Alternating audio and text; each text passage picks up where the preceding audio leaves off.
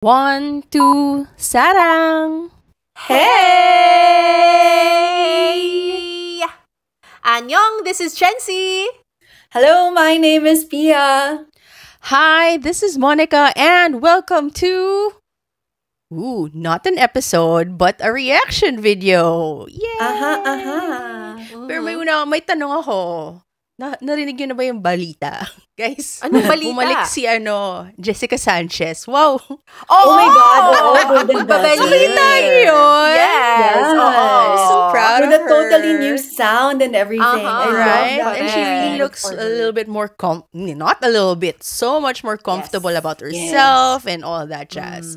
Pero hindi si Jessica Sanchez sa pag-uusapan natin. Na-mention ko lang siya because Jessica, as we know, is a Filipino who is trying to make it in America's Got Talent.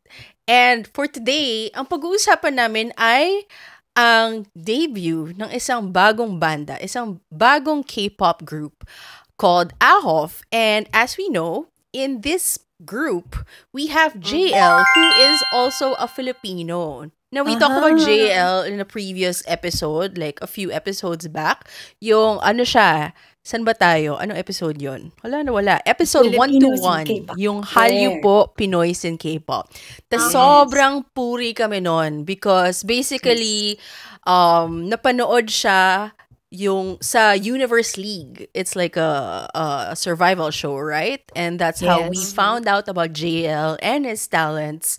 And so finally, from that Universe League, nabuo na nga tong AHOF and nag-debut na sila. So for today, we are going to be watching their first ever music video, Rendezvous. Woo! Medyo exciting. Matagal na siya na-release since early this month, pero we really waited for this moment because we wanted to watch it together. So, ayun. That's what we're gonna do right now.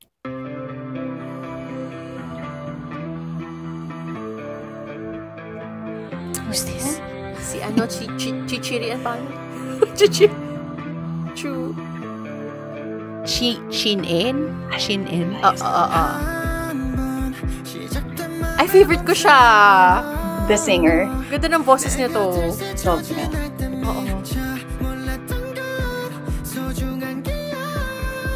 Natira na lang sa Team Groove. So, another Chinese one. Si Song Kwan. Hindi si Song Kwan yung yung mapula yung buhok. Ayan, si Song Kwan. Hindi, yun yung Lollipop. mahal nila. Park Bogum. Ay, may nakasando na. Bata pa. Bata pa, payat pa. Oh, Uy, he's nasa my si favorite. JL.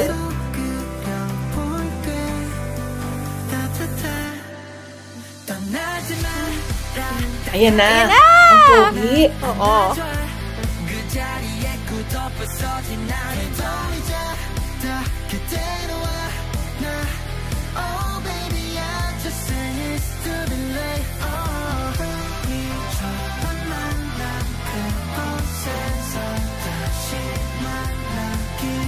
Go JL!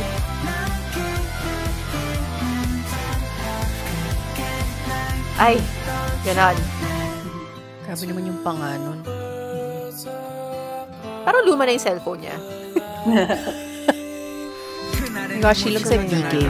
혹시는 변한 건 아닐까 다른 누군가를 사랑하면 나를 잊고 지내는 건 아닐까 시간이 지나면 괜찮을까 아니 난 아닌 것 같으니까 너 없는 난 텅 빈 껍데기야 내게 돌아와줘 그때의 기억 저 하늘에 두 눈에 비친 아홉빛감 저 멀리서도 느낄 수 있게 또다시 날 부르고 있어 넌 낮은 심이 뭔지 생각할수록 아픈데 날 사랑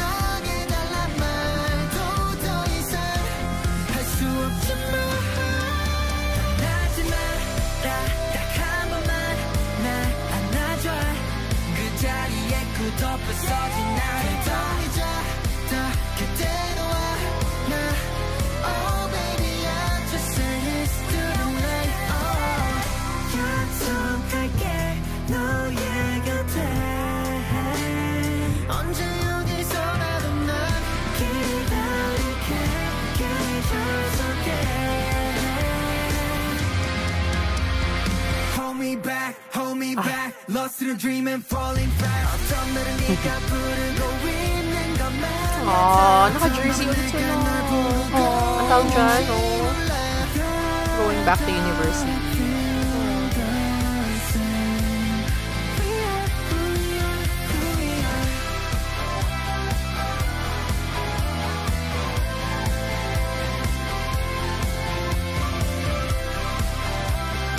Oh, that's so, Tito Rijanay.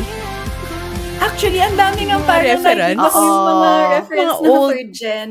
Oo. Very din siya, Don't Wanna Cry. Tapos yung Yeah. mga takbo-takbo din ng BTS dun sa Correct. Oo. ano yun, that HYYH anyway. Yung mga takbo-takbong ganun. Tapos natatawa ko yung yung nasa kotse, pero hindi nagdadrive. Wala pa yatang lisensya si Wala Sir. pang lisensya. Tumatambay lang siya sa tabi. Mood Correct. lighting lang. Oo. Mag-rap lang siya sa side mirror, ganun. Oo. So that was Ahof's Rendezvous. What did you guys think of it? The music video and the song. I really like the song. Tutuwa ako. Yeah, no? Parang, I'm not mad at I it. like the Oo. song. Parang, Produced by El Capitan. Yes, the album. Yes. Yeah, the EP pala. EP. Ay, talaga? Bilang Yeah. siya, natalo siya dun. Sobrang Oo. tambak sila nun ni Yugyom eh. Ganda ng mga songs na ginagawa. Pero maganda nga Like, naman yung mga songs talaga niya. Parang it's on the classic side, no? Like, Oo. parang if you notice, like the girl groups that would debut, they're kind of they kind of lean towards a different direction na. Ish. I mean, not from Yes. like the old stuff that we know. But this one feels classic na nice. Na hindi Nostalgic, retro. gas-gas. Oo. Parang ganon. Yeah. I like it. Yeah. Kasi parang yung din, I love that it also gives them this identity, I guess, as a group. Ang gusto ko dun sa MV yung mga transition sa dance. Ang ganda nung pagkakagawa eh. I'm more of like, I enjoy them performing kasi. So, ang ganda nung mga ganun, especially yung naka-backlight lang na mga ang ganda. And I feel like yung song mismo, kasi parang sa Universe League, if I remember correctly, yung mga produce ni El Capitan, whenever they're performing it, lahat ng mga kasali doon, it always feels like, halatang pang-enhypen tong song na to. Ito pang EXT tong song na to. Tapos binigay sa kanila para dito. Pero ito parang, okay, may sariling identity that's a little bit nostalgic because we're exposed to third gen. Pero may yung freshness ng mga performance nila, which is what I really enjoyed. And oh my God, JL Center. Ang dami niyang center sa mga mga parts, important parts. Nakakakilig. Question though, yung kanta, they performed it na at the end of Universe League, diba? Tama ba? This Hindi one? pa. This one, Hindi pa. was, That's as in first time to, no? Parang sobrang familiar niya. I don't know. Nung narinig ko siya ngayon, parang it felt like it's not the first time I'm hearing it. I don't know. Anyway. Or maybe nandun yung nostalgia nga. Sure. Kasi yun nga, it feels familiar. Oo. Well, so far, when I read up on it, so this is from their EP, Who We Are, which has 6 tracks. It didn't say naman na that's what they sang, like, at the end of Universe League. Tama ba? Sarang Base. Let us know if you have more information. We'd like to know. I like the music video kasi sakto lang siya. Hindi siya flashy. Hindi siya... it's a good introduction video. Kasi it is a debut video. A debut thing, right? So, hindi siya yung parang may pinapromise na will be badass or, will be different. They parang walang attempt na they'll be different eh. Parang it's really a show. It really felt like a showcase of talents and good looks. Because they are good looking, Parang I can sense, you can tell that they'll grow up. Sorry, bata kasi. But they'll grow up really well. Correct. Weirdly enough, for me, it doesn't feel like a debut song. You know what I mean? Parang it doesn't feel like it felt like a song that would have probably been like on a second comeback. Yun naramdaman ko sa kanya. Kasi it's like a little bit, ganon. kumbaga parang, di ba, kumbaga, sometimes kasi, I guess with like, male idol groups, it's either they go hard sa debut or they go super soft. Sila kasi medyo in the middle, like with the visuals and everything, mas dark, shadowy and stuff, except towards the end where they were dancing na in the middle of the field and stuff. So it medyo mas somber siya than what I would expect like a debut video to be. The song is different though, but the video is yun nga, parang mas a little bit pulled back.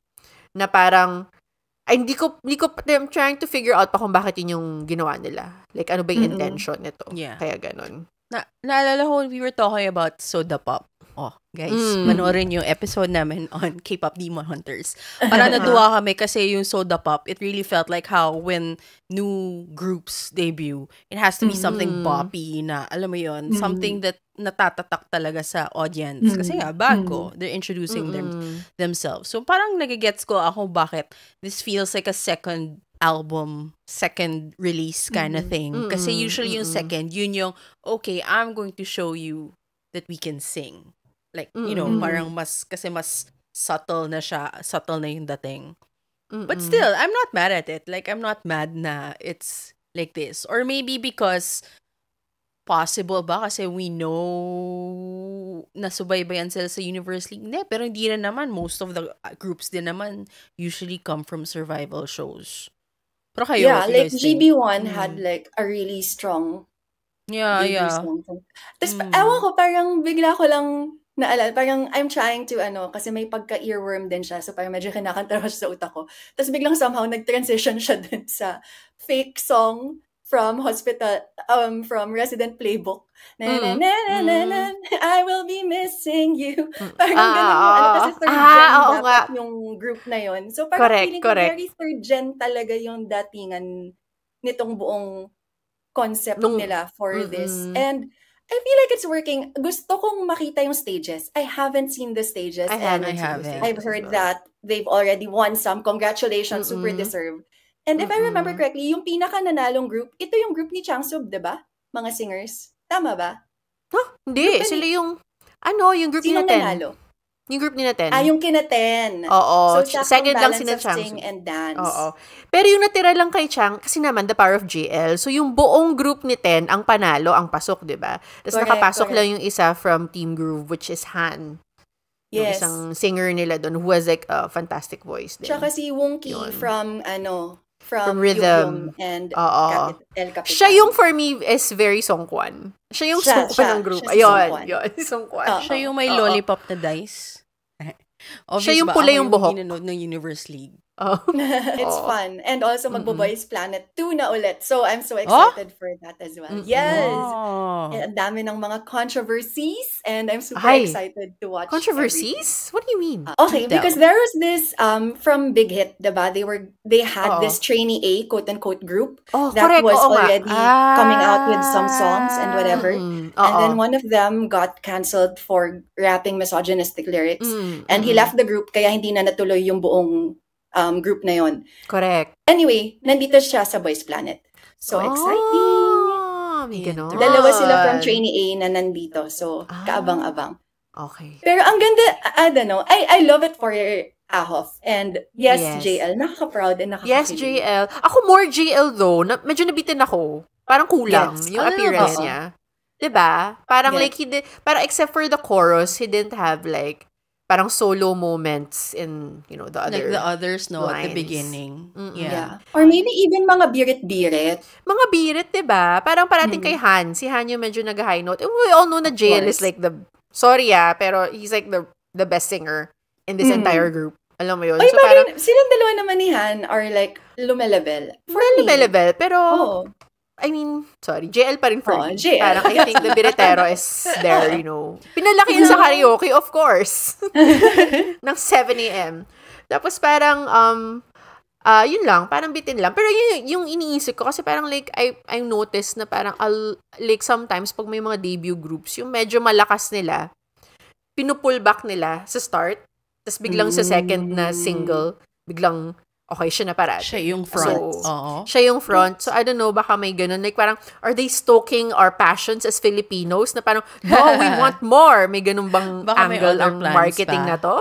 So, I don't know. Or maybe, Sarang Base, gusto nyo bang pakinggan namin yung buong album? Sabay-sabay nating reactan. Maybe that's something they would want. Maybe we would see it there. That's true. 6 songs. Correct.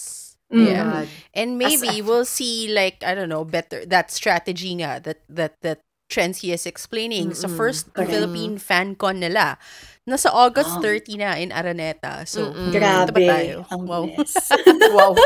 Kung bibigyan na kami ticket. Bili kami ticket. Nood kami. Sobrang curious. I'm very curious. As their titas, by the way. Correct. Emphasizing lang that we How see old them. are they? Girl, as in the Parang mga mga underage. 2000 na yung pinaka 16? matanda. But yeah, super congratulations to AOF for debuting finally. Yes. We have been waiting and Yes. we can't wait to listen to the rest of the EP, I believe. This was just, I feel like this was just enough to like hit the play button sa Spotify or Apple Music after this recording, right? Right? Am I right? Yes, for sure. Yeah. Finally, pwede na. Yeah. So that's it for our reaction on this song, Rendezvous. And kayo, Sarang Base, baka meron pa kayong thoughts on JL and the rest of the group and this debut.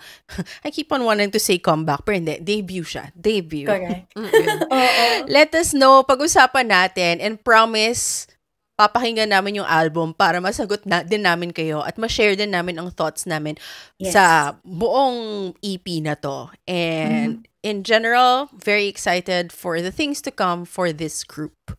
Yeah.